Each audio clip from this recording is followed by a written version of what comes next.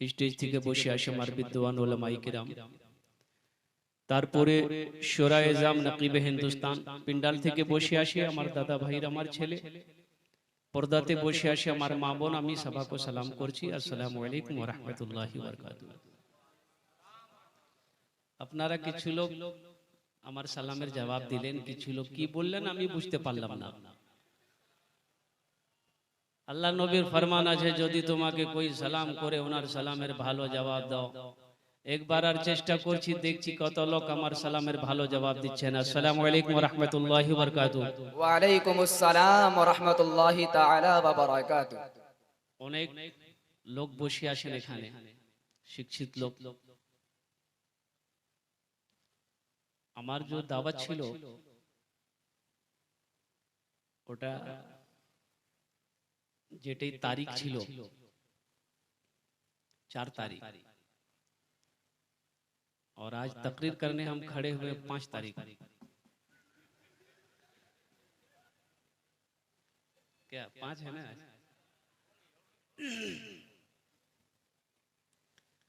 तो देखते हैं इंशाल्लाह कितनी देर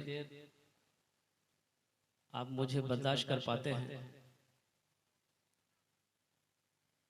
लेकिन एक वादा करो कि इंशाल्लाह যত देर এখানে আপনারা বসবেন আমার বক্তব্য হবে।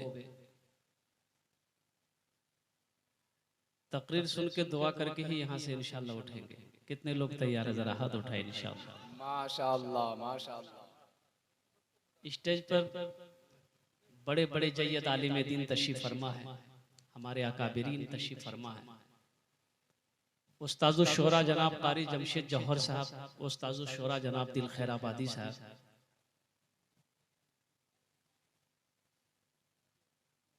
একটু রিকোয়েস্ট করব, নিবেদন করব, গুজারিশ করব, যদি আপনারা মানবেন বলবো, না মানবেন বলবো না। मानबेन बोलबो, अगर तकलीफ ना हो, जहमत ना हो, परेशानी ना हो तो थोड़ी थोड़ी कुर्सी आगे कर लेते, जो लोग खड़े हैं वो बैठ जाते तो अच्छा रहता। थोड़ा थोड़ा देखिए, कुर्सी कोई नहीं छोड़ रहा, कुर्सी छोड़ देगा। आप लोग भी थोड़ा थोड़ा आ जाइए बाबू, आगे आ जाइए, थोड़ा थोड़ा सा आगे जाइए। बीज वालों से गुजारिश मेरी, यहाँ तक आ जाए, जहाँ तक मीडिया है यहाँ तक आ जाए आप कुर्सी लेकर के। वाह भाई भाई, नौजवान पढ़ा लिखा नौजवान सब है माशाल्लाह, इसमें से एक भी जाहिल नहीं है, सब पढ़ा लिखा, सब आ जाएगा। देखिएगा जो पढ़ा लिखा है वो सब आ जाएगा। वाह वाह वाह माशाल्लाह, ये पढ़े लिखे की जमात माशाल्लाह। आ जाओ, सिमट जाओ बच्चों। पहले ध्यान रहे किसी का हाथ किसी के जेब में ना जाए। বসে যাও ভালো করে ইনশাআল্লাহ।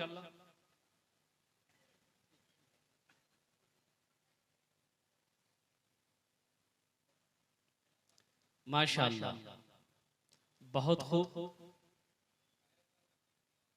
अगर आपकी इजाजत हो तो नाते पाक के एक दो शेर में सुना दूं, इसलिए कितने बड़े बड़े शायरों के सामने में मैं क्या सुनाऊं, लेकिन फितरत है कि अपनी गुफ्तगू का आगाज मैं नाते पाक सल्लल्लाहु अलैहि वसल्लम से करता हूं। रहमत के बरसते हैं, क्या बात है, रहमत के बरसते हैं अनवार मदीने में, अनवार मदीने में, रहमत के बरसते हैं अनवार मदीने में। मदीना कौन कौन जाएंगे भाई? इंशाअल्लाह 4 लाख रुपए खर्चा करना पड़ेगा। तो अभी हज करने जाने के लिए 3.5-4 लाख रुपए तो लग ही जाते हैं, लेकिन जो आशिक़ रसूल है अल्हम्दुलिल्लाह, जो अल्लाह अल्लाह के रसूल से बेपनाह मोहब्बत करते हैं, 4 लाख रुपए क्या है, अगर 20 लाख 50 लाख भी खर्च करना पड़े तो कर ही देते हैं। लेकिन उम्रा बड़ा सस्ता है अल्हम्दुलिल्लाह सुम्मा अल्हम्दुलिल्लाह, 1 लाख में भी आप उम्रा कर सकते हैं। देखिए, हम गरीब ज़रूर हैं, हम हज नहीं कर सकते, हम मक्का मदीना नहीं जा सकते हैं, सफर के अखराजात मेरे पास में नहीं है, हम लाचार हैं, मजबूर हैं, लेकिन इरादा तो कर सकते हैं भाई। जी जी भाई इरादा करने में क्या खर्चा है? इरादा करना मेरा काम है, ले जाना अल्लाह का काम है। हक है, हक है। न जाने कितने करोड़पति अरबपति पैसा लेके बैठा रह करके इस दुनिया से चला गया, कब्र की मिट्टी में मिल गया, अल्लाह ने झोपड़ी में रहने वाले गरीबों को हज करवा दिया। क्या बात है, सुभान अल्लाह। इसलिए नौजवानों बेशक इरादा रखो कि इंशाअल्लाह अल्लाह अगर जब चाहेंगे तो इंशाअल्लाह मैं हज करूंगा। इरादा रखो, इंशाअल्लाह हज करेंगे, हज करेंगे। रहमत के बरसते हैं अनवार मदीने में, अनवार मदीने में, रहमत के बरसते हैं, रहमत के बरसते हैं अनवार मदीने में, रहते हैं दो आलम के सरकार मदीने में, रहते हैं दो आलम के सरकार मदीने में, सरकार मदीने में। मुमकिन है गुनहगारों तकदीर बदल जाए, तकदीर बदल जाए, मुमकिन है गुनहगारों तकदीर बदल जाए, मुमकिन है गुनहगारों तकदीर बदल जाए, जाकर तो जरा देखो एक बार मदीने में, बहुत खो माशाल्लाह, जाकर तो जरा देखो एक बार मदीने में। बड़े बड़े मुखल्लिफ फरमाते हैं कि पहले जमाने में घड़ी नहीं थी, पहले जमाने में घड़ी थी, पहले जमाने में घड़ी नहीं थी, लोग समय कैसे देखते थे, टाइम कैसे पता चलता था? तो फिक्स टाइम तो पता नहीं चलता था, वो लोग सूरज को देखते थे, सूरज जब ढल जाए, सामने सूरज सर पे आ जाए तो जोहर का वक्त हो गया, सूरज थोड़ा ढल जाए तो असर का वक्त हो गया, सूरज गुरूब हो जाए, छुप जाए तो ये मगरिब का वक्त हो गया।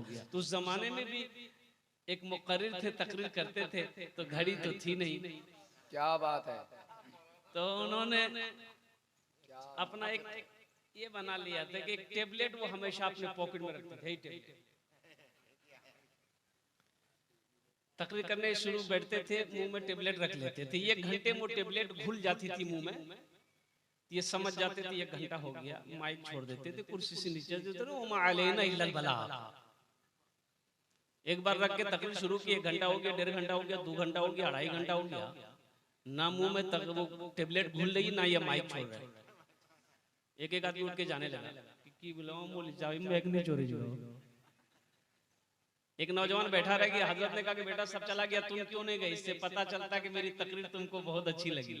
ये नौजवान बोला कि नहीं, ऐसी बात नहीं है। बोला फिर की बात है? बोले दरअसल बात ये कि जिस कुर्सी पे बैठ के आप तकरीर कर रहे हो वो कुर्सी मेरी है, जल्दी उठिए, हम कुर्सी ले घर जाएंगे। बोला ये रोजाना ये टेबलेट घुल जाती थी, आज क्यों नहीं घुली? जो मुंह से जब टेबलेट निकाले देखते टेबलेट की जगह शेरवानी का बटन चला गया। बोला बहुत बड़ा मिस्टेक होगी। ज्यादा देर आपको परेशान नहीं करेंगे, मैं कोशिश करूंगा कि अपनी बात को बहुत जल्द मैं मुकम्मल कर लूं। ये मदरसे का जलसा है, मस्जिद अल्लाह का घर है, मदरसा रसूलुल्लाह का घर है। बेशक हक है। नौजवानों, मेरे बच्चों, यहाँ पर बैठे हो, अब मुझे अफसोस के साथ कहना पड़ रहा है, बुरा नहीं मानना मेरे बच्चों, इसलिए कि तुम्हारे जैसे जैसे हमारे बेटे, हमारी औलादे हैं अल्हम्दुलिल्लाह। बहुत सारे नौजवान बच्चे हमारे बैठे में जिनके सर पे टोपी नहीं है।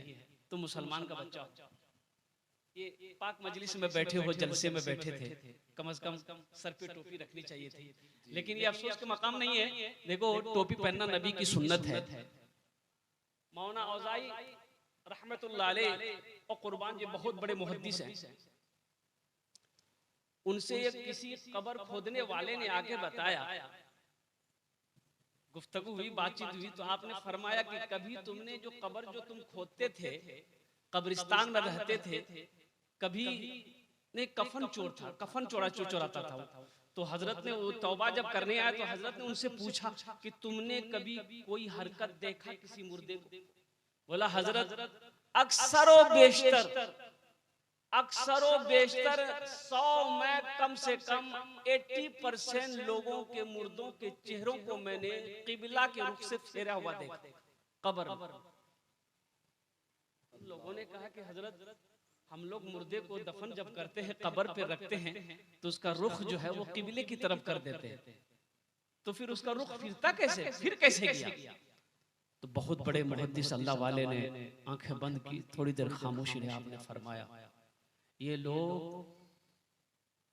तारिक सुन्नत थे, सुन्नत को तर्क करने वाले लोग हैं जिनके चेहरे को अल्लाह किबले की तरफ से फेर देता है।